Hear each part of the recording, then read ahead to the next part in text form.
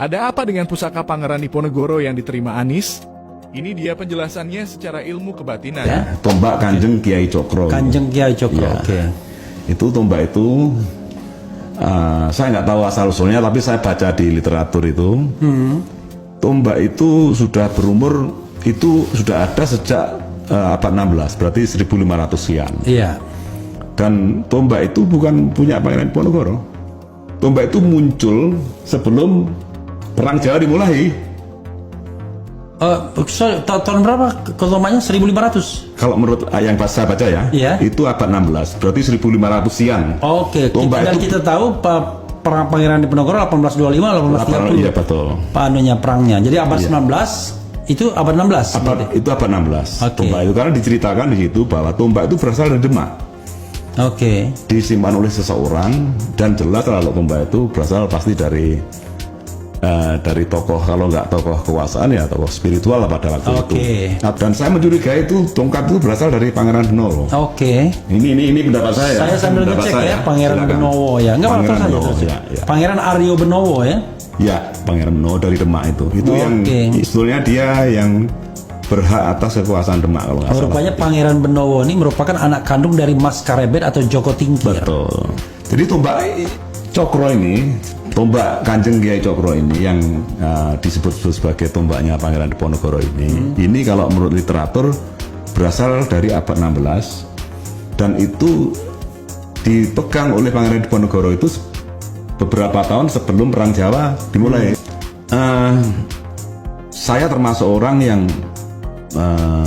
penasaran ketika tahu, oh rupanya Pak Anies ini pernah pegang tombak ya. Itu kalau menurut pengetahuan teosofi lah, dalam tanda kutip teosofi itu memang di dalam sebuah pusaka, apalagi pusaka seperti itu ya yang sudah dinyuan lama itu memang punya energi. Yang itu kalau bisa masuk ke seorang, bisa masuk dan itu mengaruhi. Dan itu nayo sifatnya. Nayo itu begini. Nayo itu misalnya sampean nyari sesuatu, itu susah ketemu, tapi ada orang nggak nyari malah dia ketemu dia. Gitu ya? Jodoh. Nayo.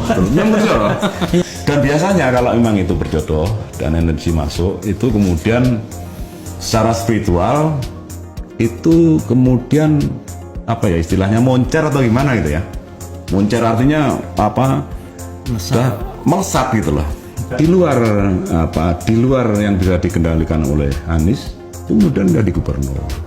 Bahkan ketika jadi gubernur, saya yakin Pak Anies itu tidak pernah berpikir untuk RI1 gitu loh. Karena kan satu nggak punya partai. Dari mana dia mau bisa mencalonkan dari ini? Tapi kemudian juga tiba-tiba Nasdem mengusung beliau ini untuk jadi. Padahal kalau Nasdem tidak mbalelo, udah pasti kan calonnya dari istana semua pasti ya. Betul. Karena kan Demokrat PKS nggak nyampe 20%. Betul. Makanya. Tapi kita kan bicara hari ini yang belum pendaftaran loh. Ya, oke, silakan terus. Nah, kalau melihat dari perjalanannya seperti itu saya kira masuk akal kalau memang ada entitas yang sifatnya spiritual itu yang masuk ke dalam tubuh Anies karena ada jodoh tadi.